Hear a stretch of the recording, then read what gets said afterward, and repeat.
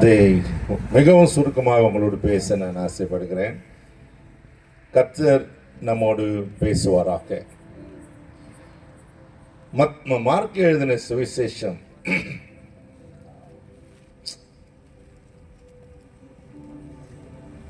14ஆம் அதிகாரம். அதை எடுத்து வச்சிட்ட போதும் 1 முதல் 8 வசனங்களில் அடங்கியிருக்கிற சில வார்த்தைகளை மாத்திரம் நான் உங்களோடு பேசி உங்களுக்காக ஜெபிக்க விரும்புகிறேன். மார்க் எழுதின சுவிசேஷம் 14வது அதிகாரம்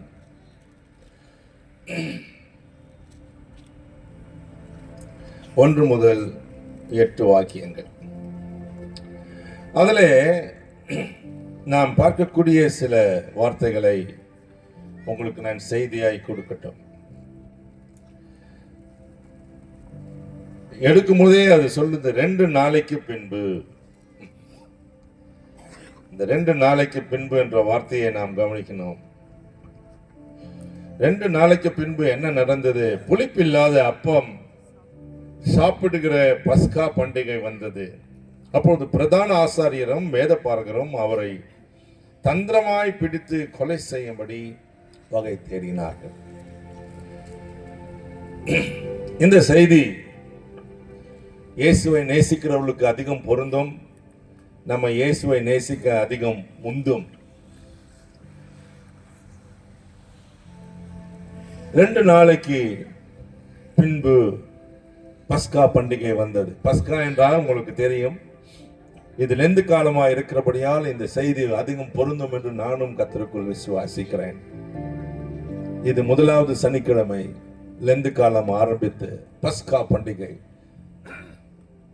இயேசு சிலுவையிலே அடிக்கப்படுவதற்கு முன்பாக வேதம் சொல்கிறது 2 நாளைக்கு பின்பு பஸ்கா பண்டிகை. அப்படி என்றால் 2 நாளைக்கு முன்பு நடந்த ஒரு நிகழ்வு. வேதத்தில் இந்த நிகழ்ச்சியை எல்லா புத்தகத்திலையும் பார்க்க முடியும். எல்லா புத்தகம் என்றால் 4 சுவிசேஷ புத்தகத்தில் இதை எழுதியிருக்கிறாங்க. மிகவும் ஒரு முக்கியம் வாய்ந்த ஒரு பகுதியாக இருக்கிறபடியால் இது 4 சுவிசேஷகர்களும் இதை கோடிட்டு காட்டியிருக்கிறாங்க. நீங்க யோவான் எழுதின சுவிசேஷம் 12ஆம் அதிகாரம் 1 முதல் 8 வசனத்தை வாசித்தாலும் அதுல இந்த பகுதி எழுதப்பட்டிருக்கு. இதுல என்ன சொல்லி இருக்குதுன்னா 6 நாளைக்கு முன்பு அப்படி என்று எழுதியிருக்கோம். 6 நாளைக்கு முன்பு. இது என்ன முரண்பாடு? 2 நாளைக்கு பின்பு 6 நாளைக்கு முன்பு எது சரியானது என்று நாம் கேட்கலாம். இன்னும் லூக்கா எழுதின சுவிசேஷம் 7ஆம் அதிகாரம் 36ஆம் வசனத்திலிருந்து 49ஆம் வசனத்தை வாசித்தால் அங்கே இதே பகுதி தான், இதை போன்ற ஒரே சம்பவம் தான் எழுதப்பட்டிருக்கும்.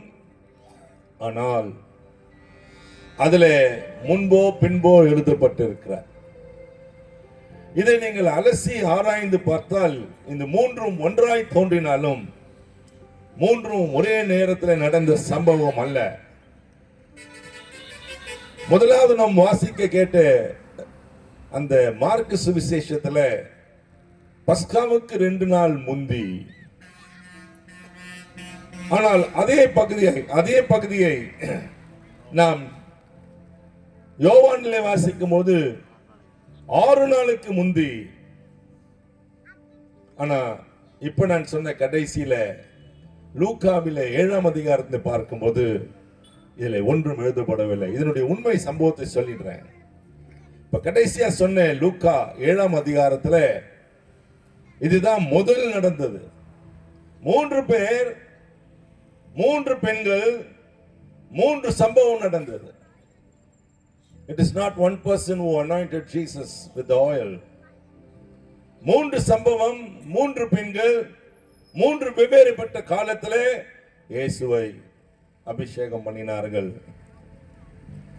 இந்த கடைசியா நான் சொன்னது ஊழியத்தின் ஆரம்ப காலத்தில், இயேசு கிறிஸ்துவின் ஊழியத்தின் ஆரம்ப காலத்தில் இந்த நிகழ்ச்சி நடந்தது. அதன் பிறகு நடந்த நிகழ்ச்சி இயேசு மரிக்கிறதுக்கு 6 நாட்களுக்கு முன்பாக, இது யோவான் சுவிசேஷத்துல பார்க்கிறோம். இது யோவானுடைய சகோதரியாகிய மார்த்தாள், சகோதரிகள் ஆகிய மார்த்தாள், மரியாள் இதுல இருக்கிறார்கள். இதுல மார்த்தாள், மரியாள் இந்த தைலத்தை கொண்டு வந்து அவர் மேல வார்த்தாள். 3வது பகுதி மார்க்கு அந்த 16ஆம் அதிகாரத்துல 2 நாளைக்கு முன்பு அப்படின்னு எழுதியிருக்கு. இதுல இயேசு சொல்ற வார்த்தையை பார்த்தீங்கன்னா, என்னை அடக்கம் பண்ணுவதற்காக இவள் இதை செய்தாலே இவளை விட்டுவிடுங்கள் என்று சொல்ற வார்த்தையை போடப்பட்டிருக்கு. நான் இதை உங்களோடு சற்று விளக்கமாய் பேசட்டும். வேதம் சொல்கிறது, 3ஆம் வாக்கியத்தை நீங்கள் வாசித்தால், அவர் பெத்தானியாவிலே, பெத்தானியா, நீங்க அங்க கூட பெத்தானியா போட்டிருக்க, அங்க ஒரு சீமோன் போட்டிருக்க. ஒரு சீமோன் அவன் ஆசாரியன், இன்னொரு சீமோன் அவன் குஷ்டரோகி. இங்க எழுதியிருக்கிறது குஷ்டரோகி ஆகிய சீமோன். இயேசு குஷ்டரோகி வீட்டுக்கு கூட போனார். குஷ்டரோகம் வந்து குஷ்டரோகத்திலிருந்து சுகமாக்கப்பட்ட இயேசுவின் ஊழியத்தினாலே இயேசு சுகமாக்குறவர். ஆமென் சொல்லுங்க. எத்தனை தான் உங்கள் வாழ்க்கையில இன்றைக்கு பிரச்சனையோடு, வியாதியோடு, உபத்திரவத்தோடு, தோல்வியோடு, மருத்துவர்கள் கைவிடப்பட்ட நிலைமையில வந்து உட்கார்ந்து இருந்தாலும், வேதம் சொல்கிறது குஷ்டரோகியை இயேசு சுகமாக்கினார். மத்தேயு 8ஆம் அதிகாரத்தை நீங்க பாத்தீங்கன்னா, குஷ்டரோகி ஒருவன் இயேசுவிடத்துல வந்து கேட்டான், ஆண்டவரே உமக்கு சித்தமானால் என்னை சுத்தமாக்கும். கர்த்தர் சொன்னார், எனக்கு சித்தம் உண்டு, நீ சுத்தமாகு. அவர் சுகமளிக்கிறவர். அல்லேலூயா. எந்த காலமானாலும், எந்த வயதானாலும், எப்படிப்பட்ட வியாதியானாலும் இயேசுவால் முடியும். Jesus is the healer. இந்த கூட்டத்தை நடத்தி கொண்டிருக்கிற ஐயா சொன்னார், ஐயா பல ஆண்டுகளுக்கு முன்பு இதே கிரவுண்ட்ல கூட்டம் நடந்தது, நீங்க வந்திருந்தீங்க. அப்பொழுது விடுதலையாக்கப்பட்டவர்கள் எத்தனையோ பேர் எனக்கு சாட்சி சொன்னார்கள். நான் உங்களுக்கு சொல்றேன், இன்னைக்கு காலையில் நிறைய காரியம் சொன்னார். இயேசு சுகமாக்குறவர். சொல்லுங்க ஹல்லேலூயா. கட்டப்பட்டவர்களை விடுவிக்கவே இயேசு பூமிக்கு வந்தார். பாவிகளை ரட்சிக்கவே இயேசு பூமிக்கு வந்தார்.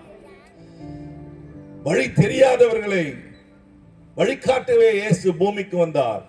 வாழ்வாதாரமே இல்லாதவருக்கு வாழ்வளிக்க இயேசு பூமிக்கு வந்தார். எத்தனை சூழ்நிலையிலே இடுக்கண்களிலே இருந்தாலும் அவர்களுக்கு ஒரு வழியை உண்டாக்கி மேன்மைப்படுத்த இயேசு பூமிக்கு வந்தார். ஆமென் சொல்லுங்க. அல்லேலூயா. இங்க வேதம் சொல்றது, குஷ்டரோகியாய் இருந்த, குஷ்டரோகம் தீராத வியாதி. அந்நாட்களிலே குஷ்டரோகம் வந்துவிட்டால் அவன் ஊருக்குள்ளே இருக்க முடியாது, சமுதாயத்துக்குள்ளே வாழ முடியாது, சபைக்குள்ளே இருக்க முடியாது. அது ஒரு பெரிய பாவம். இன்றைக்கு அநேகருக்குள்ள அநேக பாவம் இருக்கிறது.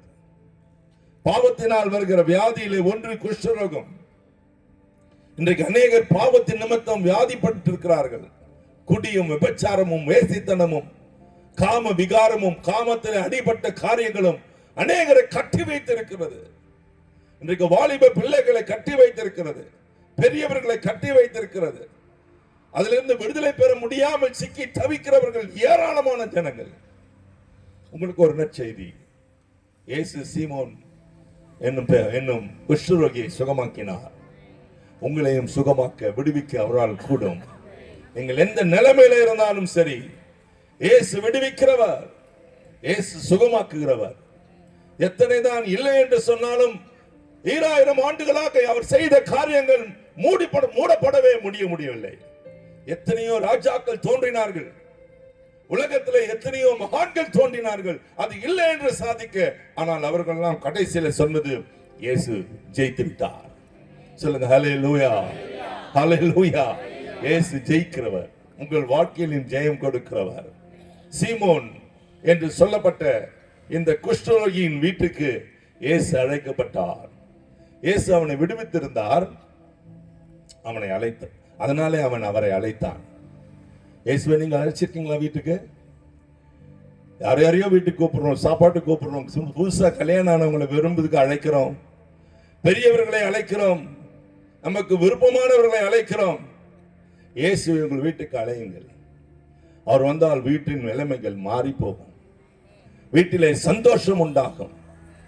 ஒருவர் சொன்னார், கல்யாணம் ஆனவனே மகிழ்ச்சின்னு சொல்றாங்க, ஆனா அநேகருக்கு கல்யாணம் ஆனவனே துன்பம் என்று சொல்றாங்க.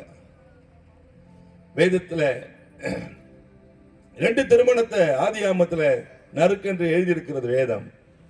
ஈசாக்கு தன் மனைவியாகிய ரெபேக்காளை மனைவியாக்கி கொண்டு நேசித்தான். யாக்கோபு ராகேலை நேசித்து மனைவியாக்கி கொண்டான். ஆனால் யாக்கோபுடைய வாழ்விலே ரொம்ப முள்ளு அப்படின்னு ஒருத்தர் சொன்னாரு. முள்ளோ தள்ளோ இயேசு வீட்டுக்குள்ள வந்துட்டா எல்லாம் மாறி போய்விடும். சூழ்நிலைகள் மாறும், துன்பங்கள் மாறும், எல்லாவற்றையும் மாற பண்ணுகிறவர். இந்த சீமோன் என்று சொல்லப்படுகிற இந்த வார்த்தைக்கு சில அர்த்தங்கள் போடப்பட்டிருக்கிறது. அதை விட முன்னால பெத்தானியா என்ற ஊருக்கு அவர் போனார்னு போட்டிருக்க பாருங்க. சீமோன் பெத்தானியா